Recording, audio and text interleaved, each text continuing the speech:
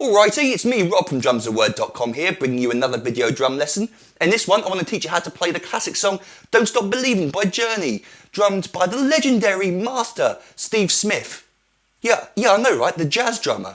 And back when he used to have long hair as well, bless him. Amazing.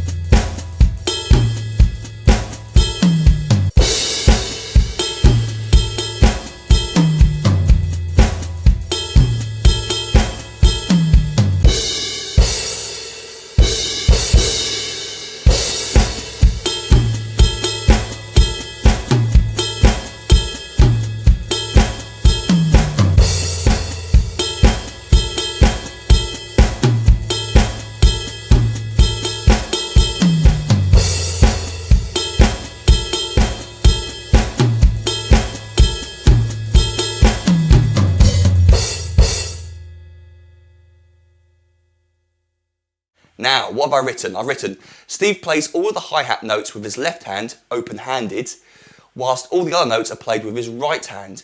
And what that means throughout this song, on a normal drum kit, because mine's not normally set up, well, it's not normal, is it? Most drummers have their hi-hats on their right-hand side, so they're crossing over like this. What Steve does for this song is he plays all of the hi-hat notes constantly with his left hand up here, 1 and 2 and 3 and 4 and all the snare drum, high tom and bell embellishments are played with the right hand. So it's a real challenge in independence because your left hand has to keep this constant and not be or not get in the way of the right hand or be interfered with the right hand playing its extra notes around the kit. So not only are you playing like a left hand lead thing, which is for some drummers is incredibly weird and uncomfortable. You're sort of playing 1, 2, 3, 4, 1, 2, 3, that kind of pattern instead of 1 and 2.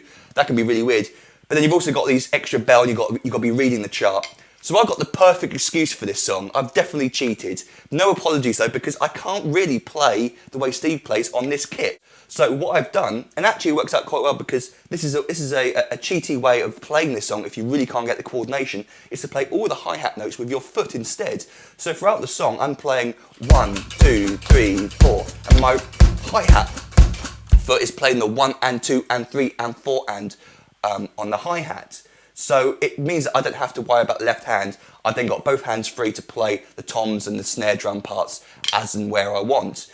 So that second bar, just the snare drum and tom part, 1 and 2 and 3 and 4 and when you play it, notice how those two notes fall in between the bass drum, creating that effect. So let me play for you the second bar. 1 and 2 and 3 and 4 and 1 and 2 and 3 and 4 and put the two bars together, play it much slower.